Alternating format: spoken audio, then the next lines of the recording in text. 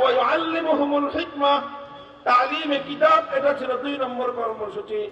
3 নম্বর কর্মসূচি হলো তালিমে হিকমত, হিকমতের তালিম। 3 নম্বর কি? 3 নম্বর কি বললাম? 1 নম্বর হলো তেলাওয়াত, তেলাওয়াতে কিতাবুল্লাহ। 2 নম্বর কর্মসূচি হলো তালিমে কিতাবুল্লাহ। 3 নম্বর কর্মসূচি হলো তালিমে হিকমত। 3 নম্বর কি? তালিমে হিকমতটা কি জিনিস? তালিমে হিকমতের অনেক ব্যাখ্যা আছে। সবচেয়ে অগ্রগণ্য যে ব্যাখ্যাটা হাকিমুল ইসলাম কারি সাহেব রহমতুল্লাহ আলাইহি, মুফতি আজম মুফতি শফি রহমতুল্লাহ আলাইহি, ওনারা তালিমে হিকমতের যে ব্যাখ্যাটাকে অগ্রগণ্য করেছেন সেটা হলো এই যে তালিমে কিতাবের মাধ্যমে কোরআনে কারীমের মর্ম বোঝানো হলো, তালিমে কিতাবের মাধ্যমে কোরআনে কারীমের ব্যাখ্যা বোঝানো হলো, কথার মাধ্যমে বুঝিয়ে দেওয়া হলো। কিন্তু শুধুমাত্র কথা দিয়ে বুঝিয়ে দিয়ে কোরআনের ব্যাখ্যা সম্পূর্ণ হয় না, মানুষ পূর্ণ কোরআনে কারীমের উপর আমল করতে পারে না। এই জন্য আল্লাহর পয়গম্বরের 3 নম্বর কাজ হলো তালিমে কিতাবের এই কর্মসূচির আওতায় কোরআনে কারীমের ব্যাখ্যা বলে বলে বোঝানো হয়েছে, কোরআনে কারীমের ব্যাখ্যা বলে বলে বোঝানো হয়েছে, কোরআনে কারীমের মর্ম বলে বলে বোঝানো হয়েছে। তবে কোরআন এমন একটা কিতাব, আল্লাহর কোরআন এমন একটা কিতাব, এটা শুধু বলে বলে বোঝানো শেষ হয় না, এটা শুধু ব্যাখ্যা করে করে বোঝানো শেষ হয় না, বরং কোরআনে কারীমের অসংখ্য বিধান এমন রয়েছে যেটা উম্মতকে বোঝাতে হলে, আল্লাহর বান্দাদেরকে বোঝাতে হলে সেটা প্র্যাকটিক্যাল করে দেখাতে হয়।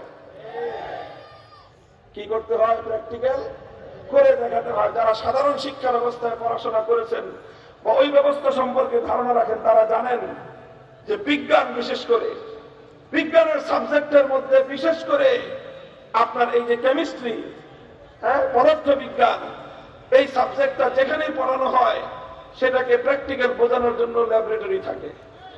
মেডিকেল সায়েন্স, ডাক্তারি বিদ্যা, এটা শুধু লেকচার শুনে বই পড়ে ডাক্তার হওয়া যায় না, প্র্যাকটিক্যাল করতে হয়। কথা বলেন ঠিক কিনা? ঠিক তদ্রুপ কোরআনে কারীম এমন একটা কিতাব, এটা শুধু তাফসীর শুনে ব্যাখ্যা পড়ে পূর্ণাঙ্গ কোরআন বোঝা যায় না। কোরআনকে বুঝতে হলে প্র্যাকটিক্যাল ভাবে কোরআনে কারীমের এক একটা বিধানকে বুঝতে হয়। আর আল্লাহর নবী কোরআনে কারীমের এক একটা বিধানকে উম্মতের সামনে প্র্যাকটিক্যাল করে দেখিয়ে দিয়ে বাস্তব আমলের মাধ্যমে শিক্ষা দিয়েছেন। যেমন ধরেন, নবীদের উপর কোরআনের আয়াত নাযিল হলো, আকিমুস সালাত, নামাজ কায়েম করুন। আল্লাহর নবী প্রথমে নামাজ কায়েমের আয়াত তেলাওয়াত করলেন। 1 নম্বর কর্মসূচি পালিত হলো। সালাতের অর্থ বলে বুঝিয়ে দিলেন যে সালাত কাকে বলা হয়, মর্ম শিক্ষা দিলেন।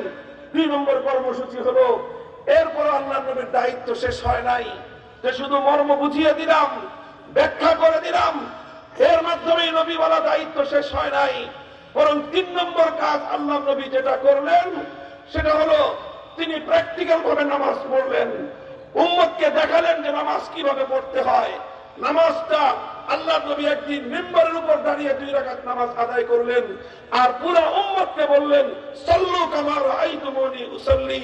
আমার উম্মত, আমি যেভাবে বলেছি শুধু সেভাবে নামাজ পড়লে হবে না, শুধু আমার হাদিস পড়ে নামাজ পড়লে হবে না, শুধু আমার হাদিস শুনে নামাজ পড়লে হবে না, নামাজ ওইভাবে পড়তে হবে যেভাবে তোমরা আমাকে নামাজ পড়তে দেখেছো।